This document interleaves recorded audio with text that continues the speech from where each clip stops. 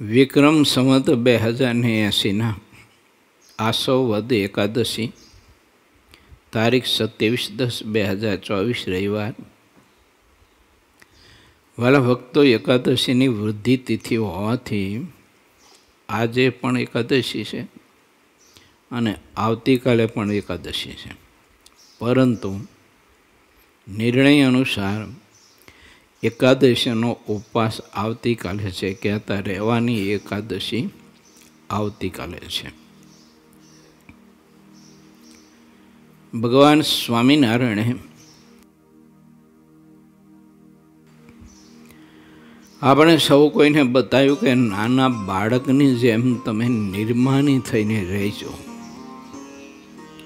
તો ભગવાનનું અવિચળ સુખ તમને પ્રાપ્ત થાય છે અને બહુ સારી પ્રકાશિત સાધુતા તમને પ્રાપ્ત થશે. જે પ્રકાશમાં ક્યારેય પણ કોઈનો દોષ તમને નજરમાં જ નહીં આવે અને દોષ છે ને એ પણ તમને ગુણના રૂપમાં દેખાય છે. આવી સાધુતા આવશે. માટે ભગવાનના ભક્તને હંમેશા નિર્માનીપણે દાસત્વ ભાવે પ્રભુની આરાધના કરવી, સર્વમાં હંમેશા ગુણગ્રાહી થવું. આ મહારાજે ઉત્તમમાં ઉત્તમ આપણને ઉપાય બતાવ્યો છે. સર્વનો આધાર પરબ્રહ્મ પરમાત્મા છે અને એ સર્વાધાર જ્યારે પોતાના ભક્તને પ્રભુ ધારી રહ્યા હોય, ધારી રહેવાનો મિનિંગ એવો ન સમજતા કે જેમ ભક્ત ભગવાનને ધારે છે તેમ, પણ પરમાત્મા પોતાના મુક્તને ધારી રહ્યા છે, એટલે કે પોતાના મુક્તને પડે ઠાકોરજી ખૂબ જ એને જાળવે છે, બહુ ધ્યાન રાખે છે ઠાકોરજી. અને સતત ને સતત પરમાત્મા એ પોતાના મુક્તનું હિત જ ઈચ્છે છે, એમ ધારી રહ્યા. એવા મોટા ભગવાન જ્યારે જીવને ધારી રહ્યા હોય ત્યારે એ આત્મા ઉપર ભગવાનની કેટલી મોટી કૃપા કહેવાય કે જેની નજરમાં મોટા કોઈ સૃષ્ટા હોય ન આવતા હોય ને એની આજ્ઞાએ કરી અને બધું જે કંઈ યત્કિંચિત બ્રહ્માંડોની ઉત્પત્તિ સ્થિતિ પ્રલયાદિક જે કંઈ કારખાનું એ બધું ચલાવતા હોય ને એટલી બધી મહેનત કરતા હોય તોય પણ પરમાત્મા એને ધારતા નથી અને પોતાના શરણે આવેલો આત્મા એને પરમાત્મા ધારે છે.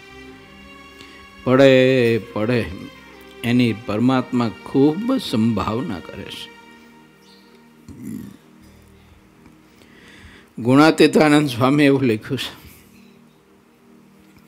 કે આંખની રક્ષા જેમ પાપણ કરે છે, બાળકની રક્ષા મા કરે છે, અને પ્રજાની રક્ષા જેમ આદર્શ સત્યવાદ રાજા કરે છે, તેમ પરમાત્મા પોતાના ભક્તની પડે રક્ષા કરે છે કે મારો ભક્ત ક્યાંય અટવાઈ ન જવો જોઈએ. એને કોઈ ચીજ વસ્તુ પદાર્થ સ્થાન કોઈ વ્યક્તિ ઐશ્વર્ય સામર્થ્ય વગેરે વગેરેમાં ક્યાંય એને બંધન ન થાય એમ ઠાકોરજી બહુ જ જાળવે છે. આપણે આ બધાથી વિરક્ત રહી શકતા હોય ને એનું કારણ બીજું કોઈ નથી, ઠાકોરજી આપણને જાળવે છે. એટલે એ આપણને કશામાં પ્રીતિ નથી થવા દેતા, આટલું બધું ધ્યાન રાખે છે ઠાકોરજી. જો હું ને તમે આપણે આપણું પોતાનું ધ્યાન નથી રાખતા એટલું ઠાકોરજી આપણું ધ્યાન રાખે છે. અને પછી ક્યાંક એવું લાગે ઠાકોરજીને કે આને બંધન થઈ જશે આમાં, તો ઠાકોરજી તે પદાર્થનો નાશ કરી નાખે, ઉડાડી દે બધું. ઐશ્વર્ય હોય તો ખેંચી લે પ્રભુ, સામર્થ્ય આપ્યું હોય તો ખેંચી લે, અંતર્યામી પણ હું આપ્યું હોય તો ખેંચી લે. આવી ઠાકોરજી પોતાના ભક્તની સંભાવના કરે છે. આવો ભગવાન મળે ક્યાં આપણને? કઈ દુનિયામાં, કયા બ્રહ્માંડમાં, કયા સ્થાનમાં મળે?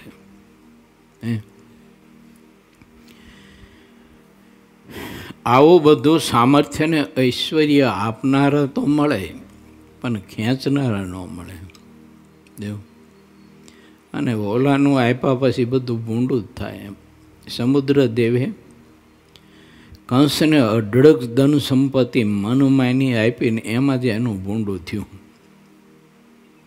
અને સૂર્યનારાયણે એ ભાસ્કર દેવે શ્યમતક મણી આપ્યો યાદવને, સત્રાજીતને, એમાં એનું ખરાબ થયું.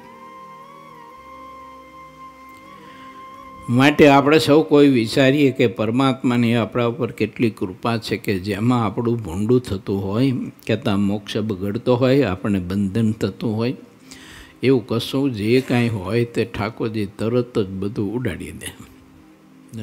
એમાં પ્રીતિ ન રહે એવી ઠાકોરજી આપણા ઉપર ખૂબ જ કૃપા રાખે ને ખૂબ જ ધ્યાન રાખે.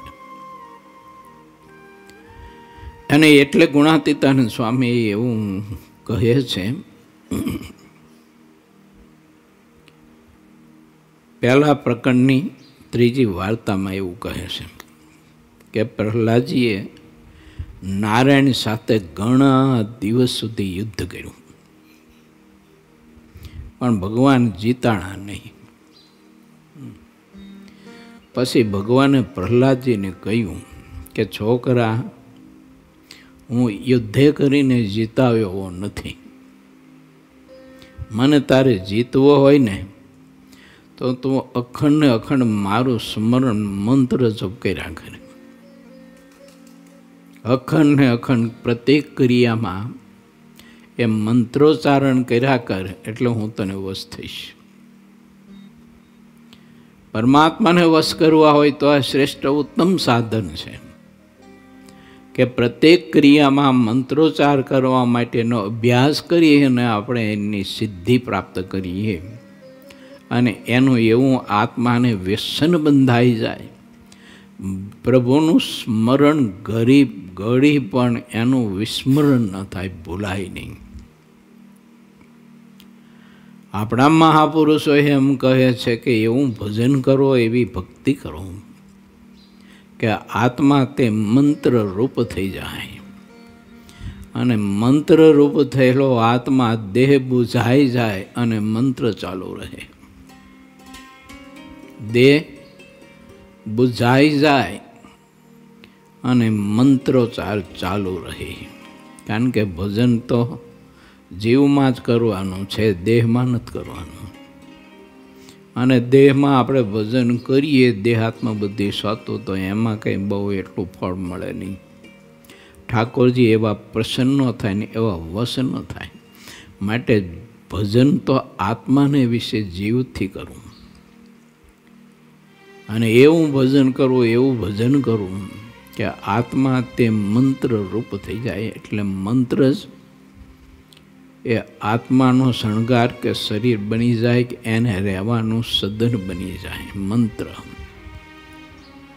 અને આત્માનો એક નિયમ છે કે આધાર વિના રહી શકતો નથી આત્મા. એટલે મંત્ર જ એનો આધાર બની જાય છે.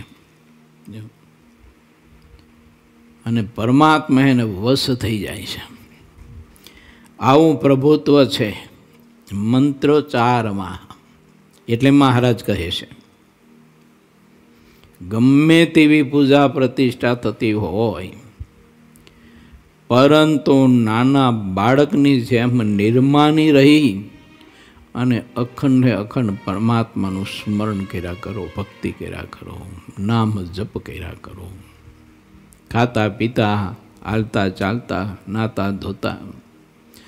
સ્વામી કે ભગવાનને વિચારીને ખાવું અને ભગવાનને વિચારીને બોલવું ને જોવું, સ્વામી કે ધૂળ જેવું છે, કે ધૂળ જેવું.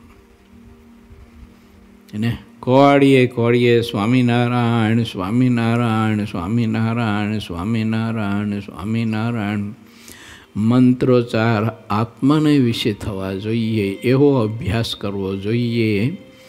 એવો અભ્યાસ કરીને તે ભક્તિ કરતાં કરતાં એને એવી ઘૂંટી અને દૃઢ કરવી જોઈએ કે આત્માને વિશે એનો પાસ બેસી જાય. એટલે શરીર કદાચ માનો કે સુષુપ્તિ અવસ્થામાં પડ્યું હોય, પણ આત્માર્યોને એ ભગવાનની મૂર્તિનું સુખ લેતો હોય, પણ તે નિંદ્રાનું કે ભોજનનું સુખ ન લે. આત્મા કરે ભોજન પણ લે સુખ ભગવાનની મૂર્તિનું. ભોજનનું સુખ નહીં, એનો રસ નહીં, એનો આનંદ નહીં. એમાં શું આવ્યું ખબર ન હોય એને. ખારું છે કે મોરું છે કે તીખું છે કે ગળ્યું છે. એવા બધા ભક્તો ને સંતો હતા. એને પછી જેમાં પછી કોઈ પૂછે કે સ્વામી જેમાં, તો કે ખબર નથી. ઓકે, જમવાનું બાકી છે, જમશો? તો કે જમાડો તો જમીએ. આ અમારા ગુરુની વાત કરું છું. અને હજી જમીન બેઠા ચડવું કરીને તોય ખબર નહીં એને. અને જમાડી તો વારા પાસે જમી જાય. નહીં તો નિયમ કેવા હોય, ગણીને 12 જ કોડિયા જમે. પણ હું તમને સ્થિતિનું દર્શન કરાવું છું કે પરમાત્મામાં કેવા પુરુષ સ્થિત થયા છે, એને કેટલા મંત્રોચ્ચાર કેવા કર્યા છે. અખંડ ભજન કરતા હતા, અખંડ ભજન. એનો ભજન સિવાય બીજું કોઈ તાન જ નહીં. એટલું ભજન કરે, એટલું ભજન કરે. એટલે જમતા હોય તો એમને કાંઈ ખબર નહીં. ધાંગધ્રા આવેલા અને મીઠું થઈ ગયેલું દોણીમાં. 15 દિવસ થયા મીઠા વગરનું ભોજન જમે, કંઈ ખબર જ નહીં. બોલો કાંઈ. પછી પાનાચંદ ભાઈ કરીને કોઠારી હતા, તો એ કંઈક લાવ્યા હશે રસોઈ માટે કોઈ કંઈ વસ્તુ. એટલે એમને પૂછ્યું, પેલી દોણી જોઈ ગયા ને ખાલી માટીની આવડી દોણીમાં મીઠું રાખતા પહેલાં. તે દોણી જોઈ ગયા એટલે પૂછ્યું સંધા સ્વામીને કે સ્વામી આમાં મીઠું તો છે નહીં? કે તો કે આ કોઠારી થઈ ગયું છે. કે કીધી થઈ રહ્યું? તો કે એ તો 15 દિવસથી થઈ રહ્યું છે. કે તમે ખરા છો કે તે 15 દિવસથી મીઠા વગરની રસોઈ કરો? બોલો, એ મીઠા વગરની રસોઈ દાળ શાક જમે, એને કાંઈ ખબર નહીં, બધું હરખું. આ ભજનનો પ્રતાપ છે. એવી ભક્તિ કરવી પડે, એવું ભજન કરવું પડે. બીજો બધો રસ ઉડી જાય અને મૂર્તિનો જ રસ રહે.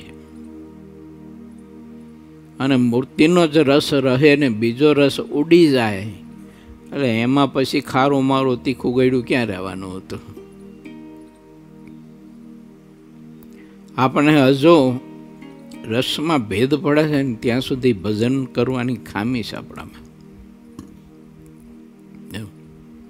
મારે જેવું લખ્યું છે, આ વસ્ત્ર તો અતિશય સારું છે, આ મેળી તો અતિશય સારી છે, આ તુંબડું તો અતિશય સારું છે,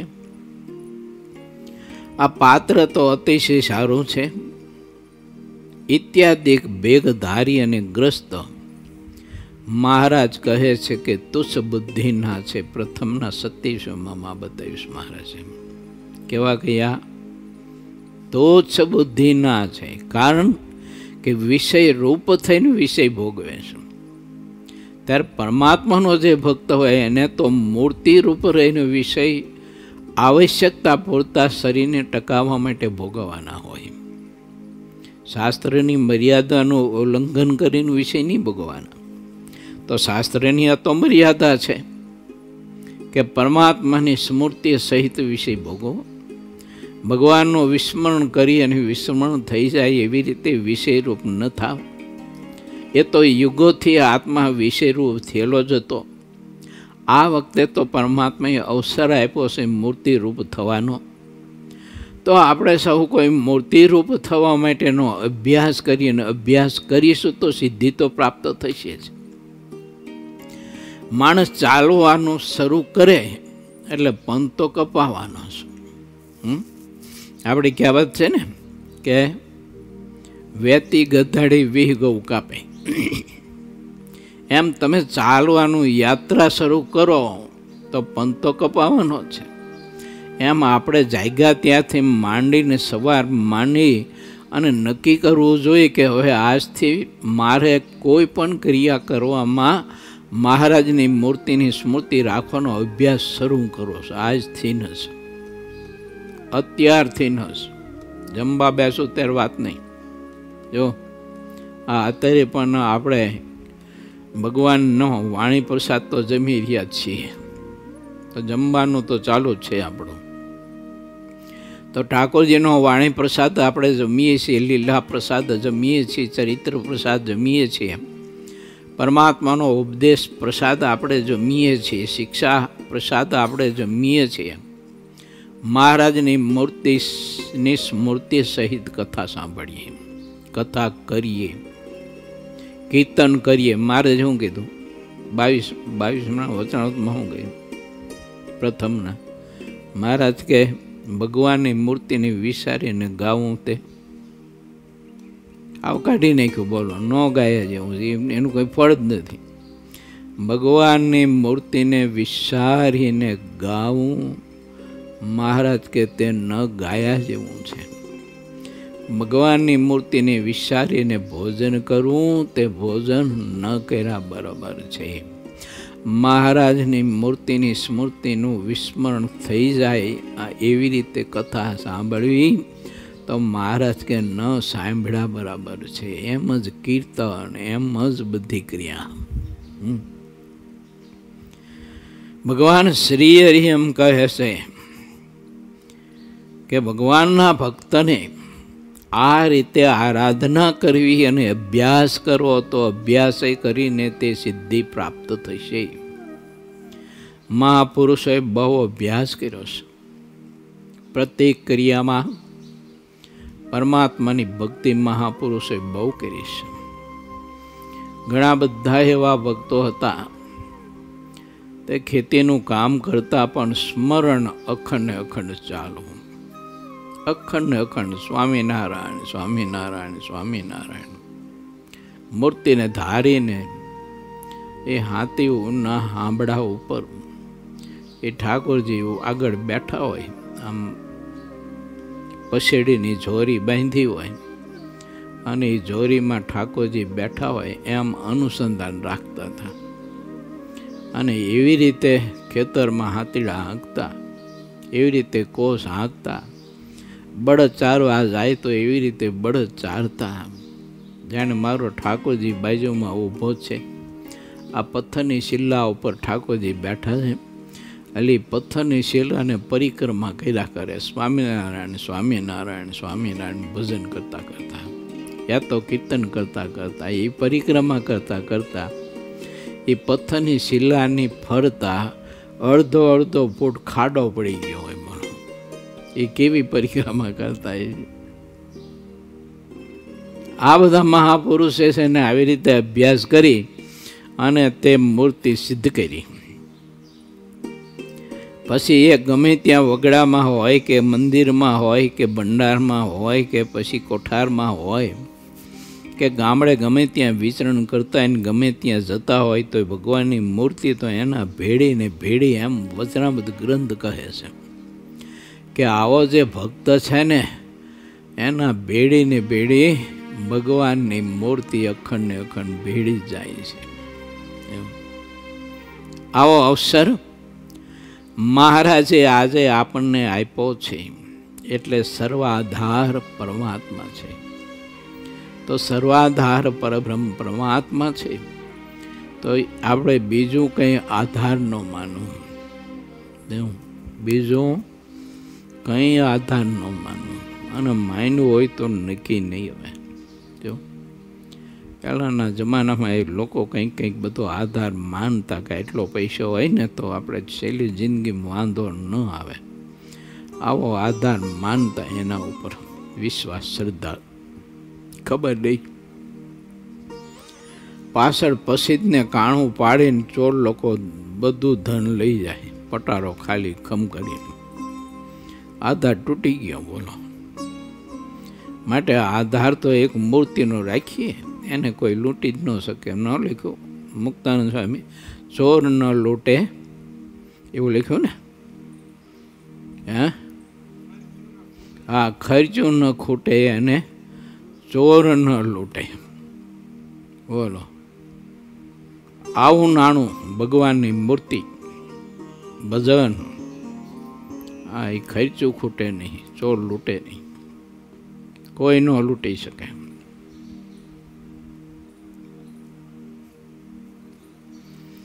નરસિંહ મહેતાએ લખ્યું છે, મારા દોલતમાં ઝાંઝ ને પખાજ સાંભળો ગીરધારી. આ મારી સંપત્તિ. એમ એ આત્મા કરતાલ કોઈ દિવસ હેઠી નહોતો મૂકતો નરસિંહ, અને કરતાલ હેઠી નહોતો મૂકતો એટલે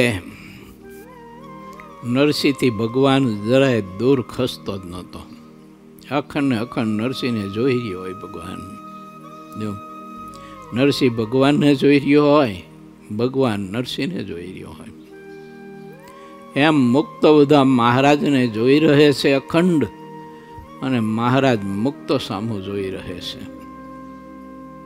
એવો મહાદિવ્ય આનંદ આવે છે એકાદ બીજાને. મહારાજનો મુક્તોને આનંદ આવે છે, મુક્તોનો મહારાજને આનંદ આવે છે. એવું મહાદિવ્ય સુખ આવે, અમૃતના ઘૂંટડા ભરાય એવું. હવે આવી મૂર્તિ મળીને આવો ભગવાન મળ્યો, અને પછી તુચ્છ પદાર્થમાં પ્રીતિ કરવી અને તુચ્છ પદાર્થનું ચિંતન કરવું, એ તો બહુ અજ્ઞાની જીવનું કામ છે.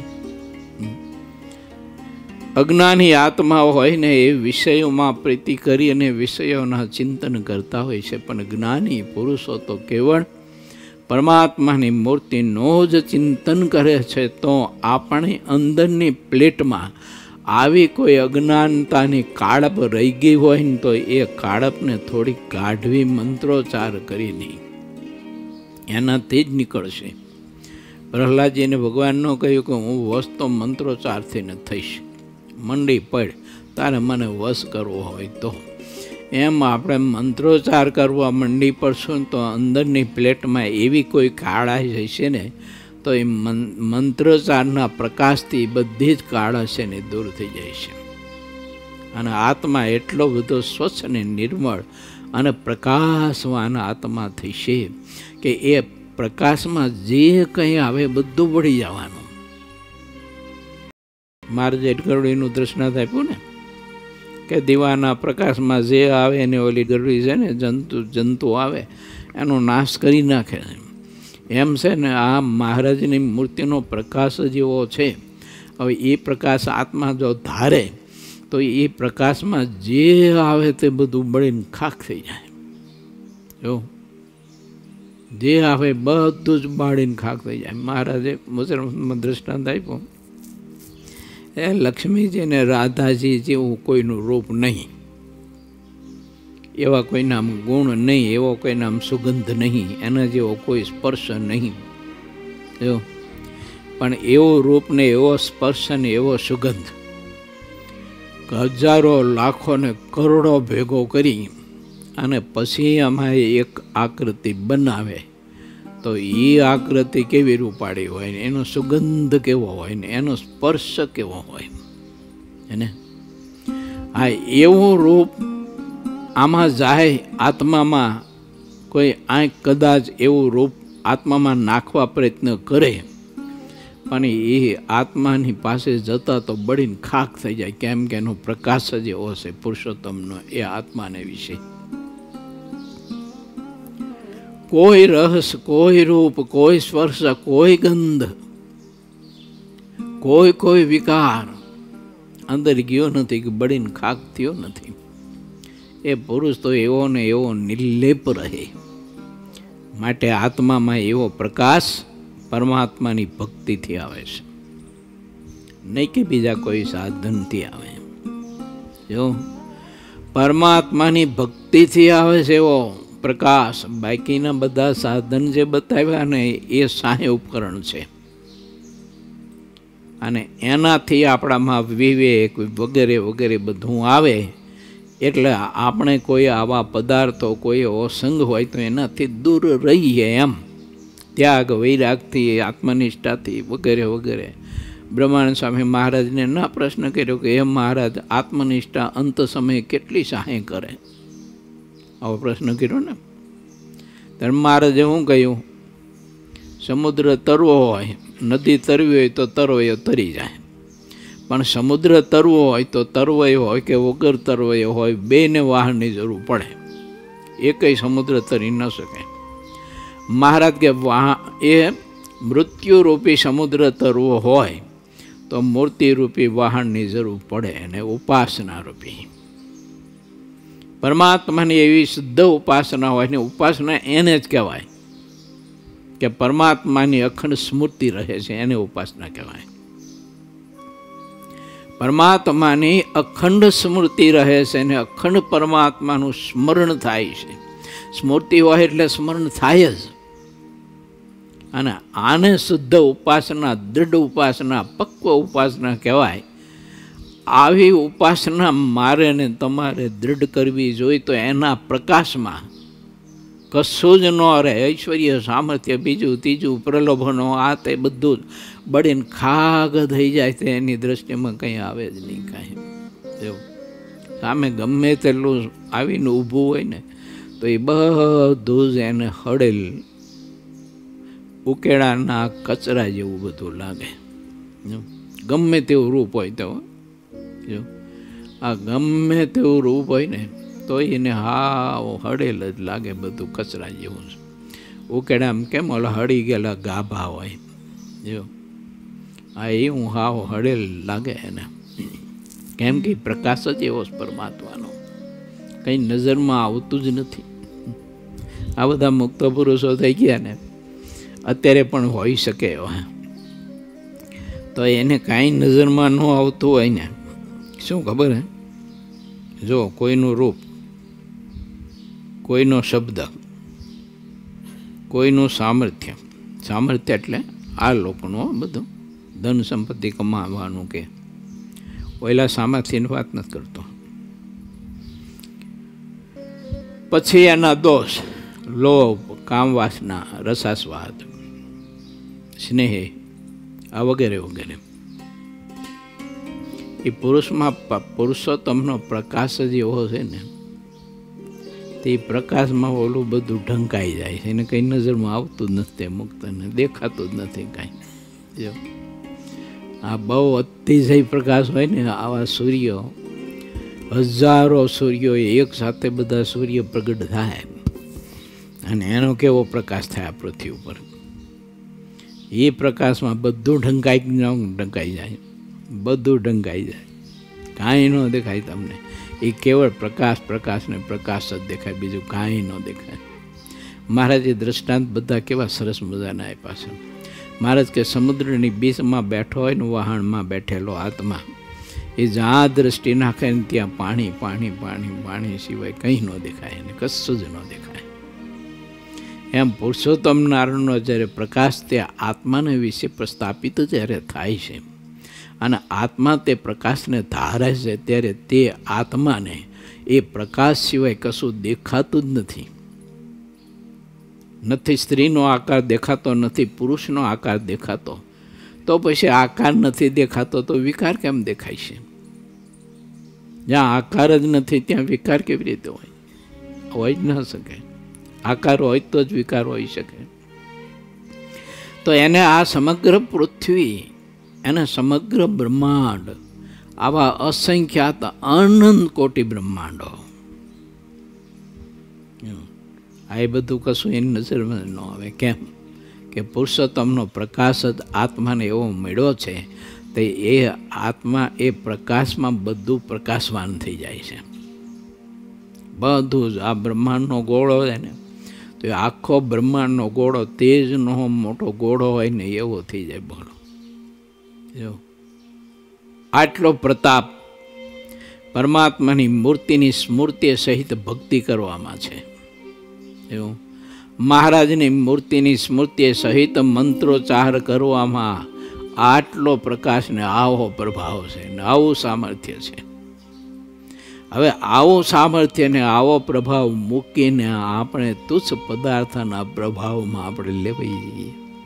કોઈ ખાવાનો પદાર્થ, કોઈ ઊંઘવાનો પદાર્થ, કોઈ જોવાનો પદાર્થ, કોઈ સ્પર્શ કરવાનો પદાર્થ, એમાં જીવને એમ થઈ જાય કે આ હા હા હા હા શું સ્પર્શ, કે હું સ્પર્શ છે એવું થઈ જાય એને. ત્યારે એમ થાય કે આ જીવને જો તો ખરા કેટલી બધી અજ્ઞાનતા છે, કેટલી અજ્ઞાનતા છે. જો હાથી, ઘોડા, ઊંટિયા, ગધેડા, કૂતરા, સિંહ, વાઘ, વરુ, રીંછડા, દીપડા, આ બધા જ પ્રાણીઓ છે ને, એ આપણી દ્રષ્ટિએ તમે હાથ ફેરવો હાથી ઉપર તો કેવું ખરબચડું લાગે તમને, અને એના ચામડું તમને હાવ ખરબચડું લાગે. પણ એ લોકોને એકબીજાને છે ને એ સ્પર્શ તો અતિ સુખરૂપ લાગે છે. જો આ અતિ સુખરૂપ લાગે. કૂતરું કેવું ગંધાતું હોય, જો આ ગંધાતું હોય, એનો બોકડો કેવો ગંધાતો હોય તમે જોઈ જાઓ. બીજા પ્રાણી કરતાં વધારેમાં વધારે દુર્ગંધ આવતી તો બોકડામાં. પહેલાંના જમાનામાં ચોરી કરી હોય ને તો એને રાજાઓ શિક્ષા એવી કરતા, એક ઓયડામાં પૂર દે અને એ ઓયડામાં પાછો બોકડો પૂરે. જેથી ભાઈ રહેવાય નહીં હોય એટલી માથું ફાટે એવી ગંધ આવે, એટલી બધી ગંધ આવે. પણ તો એટલે બકરીઓને છે ને એનું સુખરૂપ દેખાય છે. એકાદા બીજાનો વિષય ભોગવતા હોય, શરીર સુખ ભોગવતા હોય તો એને તો એ સ્પર્શનો ને એ દુર્ગંધ એવી સુગંધ લાગતી હોય ને. આવી અજ્ઞાનતા ઘોર જીવમાં પડી. બોલો, આ શરીરમાં રહેલું જીવડું એનામાં એટલી અજ્ઞાનતા છે કે એવો ગંધાતો બોકડો પણ સારો લાગે છે ને રૂપાળો લાગે છે, એનો સ્પર્શ બહુ સારો લાગે છે. એટલે એ બકરીઓ હોય ને એ બોકડાથી આગી જ ન જાય. બોલો, આગી જ ન જાય.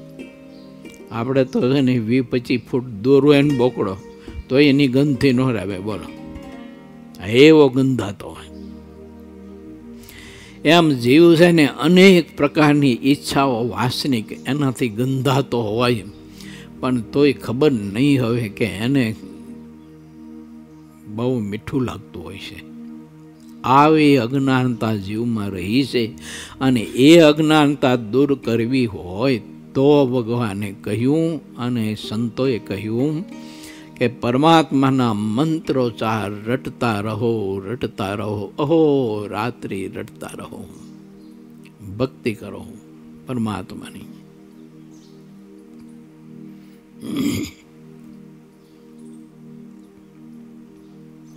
અમેરિકામાં રીંછ બહુ,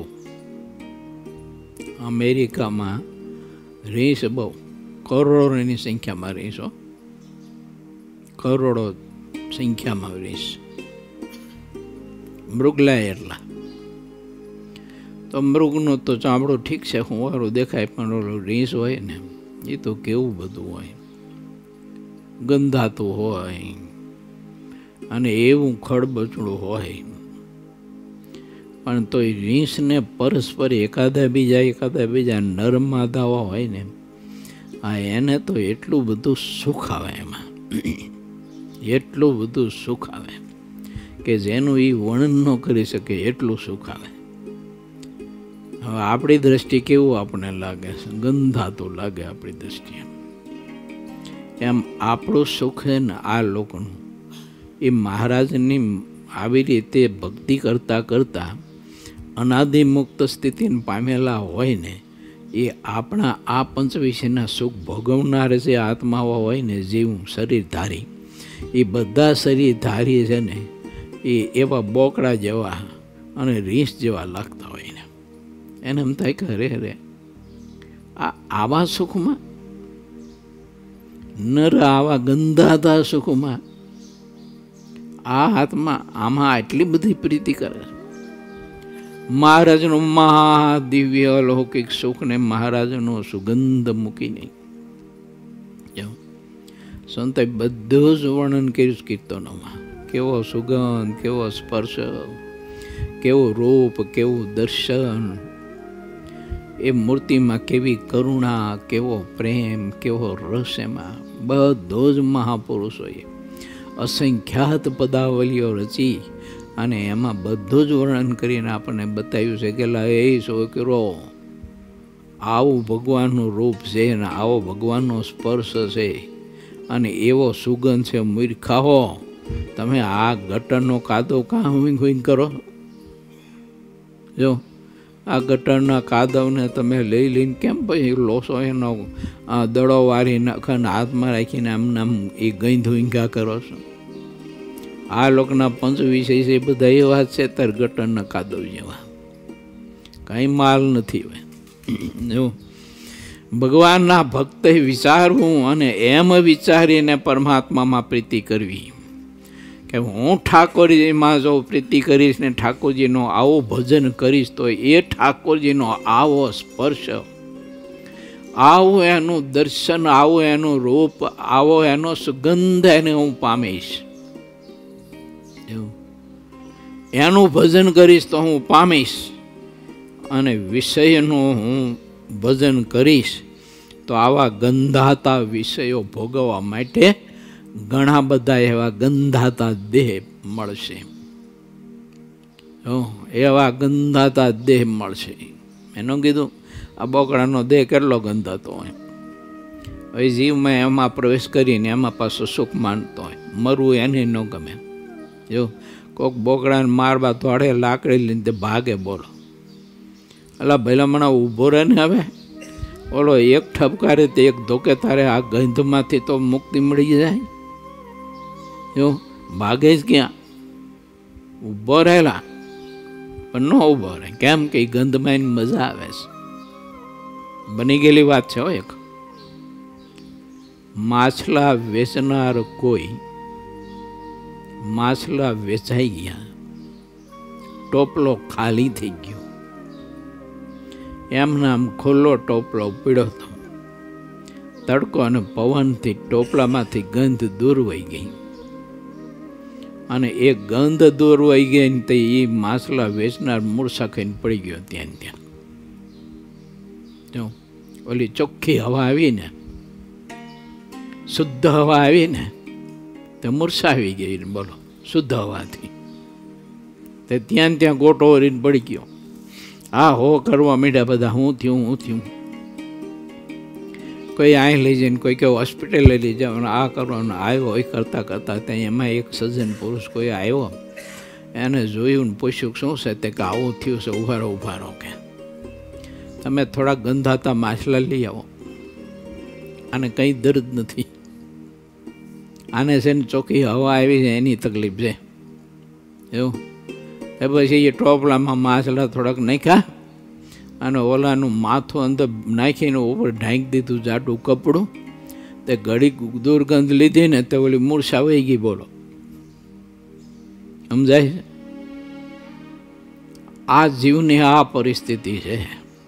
વિષયોની દુર્ગંધ એવી અંદર ગરી ગઈ છે. એટલે પરમાત્માના પ્રભુની મૂર્તિ સંબંધી પંચ વિષયની શ્વાસ ને સુગંધ અને એ નિર્મળતા જીવને પચતી નથી. મૂર્છા ખાઈને પડી જાય. નથી ઘણા બધા ભગવાનનો આશ્રય છોડીને હાલતા થઈ જાય છે. એ શું થયું? શેના માટે જાય છે? એટલે ગંધ લેવા જાય છે. શેની? વિષયોની. એટલે એ ગંધ સ્ત્રી હોય કે પુરુષ હોય, સાધુ હોય અને પછી ત્યાગાશ્રમ છોડે. મહારાજના વખતમાં ઘણા બધા એવા હતા. તો એ છોડ્યું કેના માટે? સ્ત્રી માટે. તો સ્ત્રીમાં શું સુગંધ હતી? એમાં શું સુખ હતું? એમાં શું માલ હતો? એમ ઘણી બધી સાંખ્યો કે માતાઓ છોડીને પાછો વહી ક્યાં શેના માટે? પુરુષ માટે. તે પુરુષના શરીરમાં હારાવટ શું છે?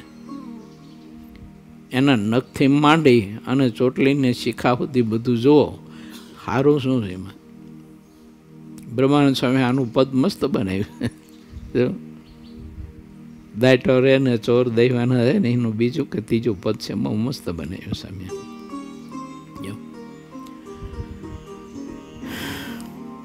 હાડકા ના કટકા કટકા સાંધીને, એમાં માંસના લોચા ભર્યા, એમાં સપ્ત ધાતુ ગંધાતી ભરી, અને ઉપર પછી સ્વામી કે આળું કહેતા ચામડું મઢી દીધું. એટલે આપણને એવું લાગે છે કે આ ટોપલાને સરસ મજાનો મખમલનો ટુવાલ ઢાંક્યો છે ને, માટે આ ટોપલામાં બહુ સારું ખાવાનું હોય છે. પણ જાય મખમલનો ટુવાલ ઢાંકેલો ઉગાડે ને, તો માંસના લોચા ને કફ ને કીટ ને આવું જ બધું અંદર ભીરું હોય. એમ બ્રહ્માનંદ સ્વામી કે શરીરમાં પુરુષનું હોય કે સ્ત્રીનું હોય, હવે એમાં આ બધું જ નકારી જ વસ્તુ ભરી છે. પણ હવે જીવ ખબર નહીં, હવે એ નકારી વસ્તુ માટે તો માથા કપાવે છે. જો આ માથા કપાવે, બોલો, આ ઘણી બધી જગતમાં ઘટના બને છે. એક છોકરીમાં 2-5 છોકરા મોયા હોય, જો હવ નહીં એનું સુખ લેવું હોય, એટલે એકાદ બીજા પછી જપાજપી કરી અને એકાદા બીજાના ગળા કાપે ને માથા કાપે છે. આવું બહુ ઘટના બને જગતમાં.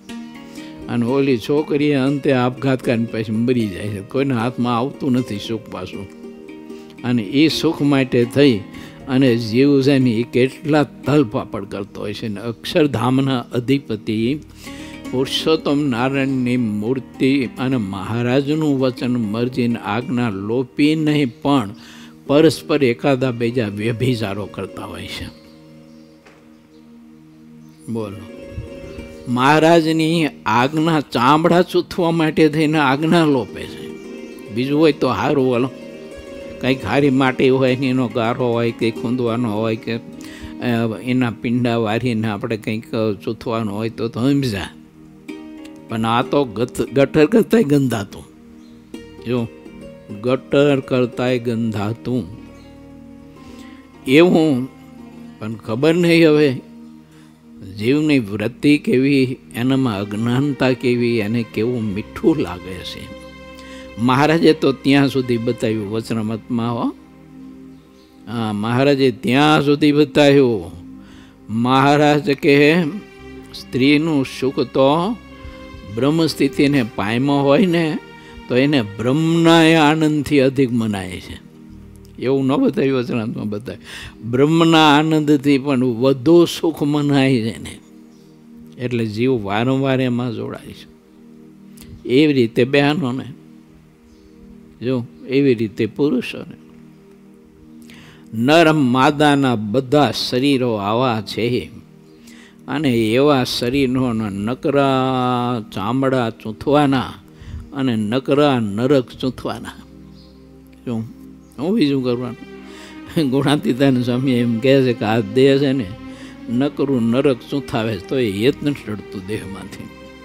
જો આ જીવને પ્રીતિ એમાંથી તૂટતી નથી. ચાલો અત્યારે આમાં તો સમય જાજો વયો ગયો. વાત હોની એક, મહારાજનું ખૂબ ધ્યાન ભજન કરીને સ્મરણ કરીએ અને ભગવાનના સ્વરૂપમાં પ્રીતિ કરીશું ને તો એ મહારાજના પ્રકાશમાં મેં કહ્યું ને બધું જ બળીને ખાક થઈ જાય છે ને એને ઉલટી થાય છે. પછી જોઈ છે ને ઉલટી થઈ જાય. સ્ત્રી પુરુષને જોવે ને ઉલટી થઈ જાય, પુરુષ સ્ત્રીને જોવે ને ઉલટી થઈ જાય. અને એકાદ બીજાને જોવે ને જ્યાં સુધી ઉલટી ન થાય ત્યાં સુધી ભજન કરવા માંડી પડવું જોઈએ. એટલું ભજન કરવું પડે, એટલું ભજન કરવું પડે, એટલું ભજન કરવું પડે કે એકાદા બીજાના આકાર જોવે ને ઉલટી થઈ જાય. આટલી ભજનની સિદ્ધિ પ્રાપ્ત કરવી જોઈએ. આવી બહુ અદ્ભુત વાત મહારાજે આપણને બતાવી છે. ચાલો આપણે આજ થોડુંક આચમન કરીએ, બાકી તો સમય ઘણો આમાં વયો ગયો છે. પૂર 21મો તરંગ 55મો ગરડા પ્રથમ પ્રકરણનું 56મું બાકીનું વચનામૃત. વળી મુક્તાનંદ સ્વામીએ શ્રીહરિ પ્રત્યે પ્રશ્ન પૂછ્યો તે હવે હું કહું છું, ઇન્દ્રિયો, અંતકરણ, પ્રાણ તથા જાગ્રત, સ્વપ્ન, સુષુપ્તિ એ 3 અવસ્થાઓ, સ્થૂળ, સૂક્ષ્મ અને કારણ, આ 3 શરીર એ સૌથી જીવનું સ્વરૂપ ભિન્ન છે. આવ્યું? આત્મા આનાથી અલિપ્ત છે, જુદો છે.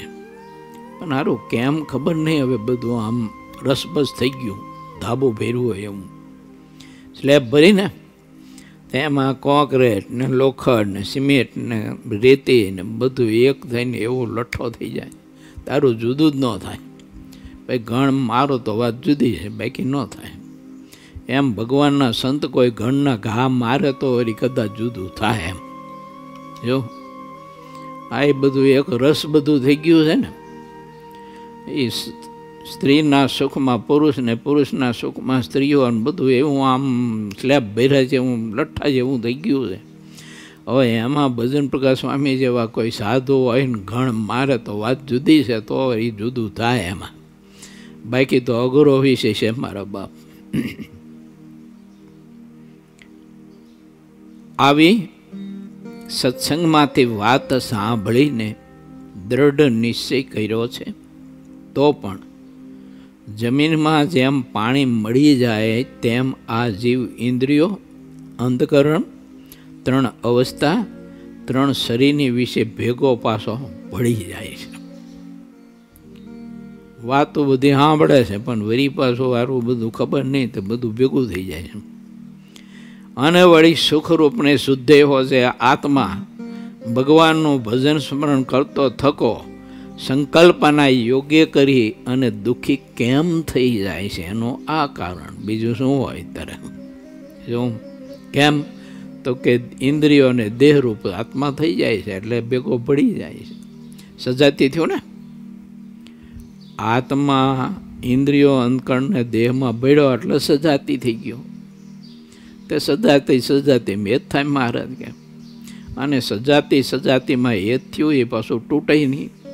જો મારે જે દૃષ્ટાંત આપ્યું છે કે બહેનો હોય અને એ જોવે, સાંભળે, સ્પર્શ કરે તો એમાં કંઈ સુખ ન આવે. પુરુષને સ્પર્શ કરે ને સાંભળે કંઈ સુખ ન આવે.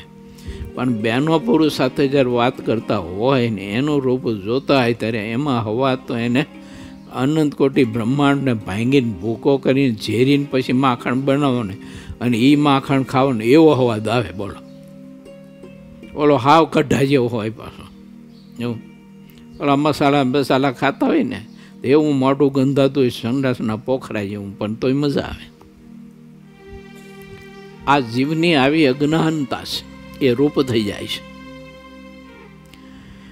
બહુ અદ્ભુત વાત મહારાજે બતાવી છે. મુક્તાનંદ સ્વામી મહારાજને પ્રશ્ન કર્યો છે, પણ તે ઉત્તરમાં આવતીકાલે આપણે જઈશું.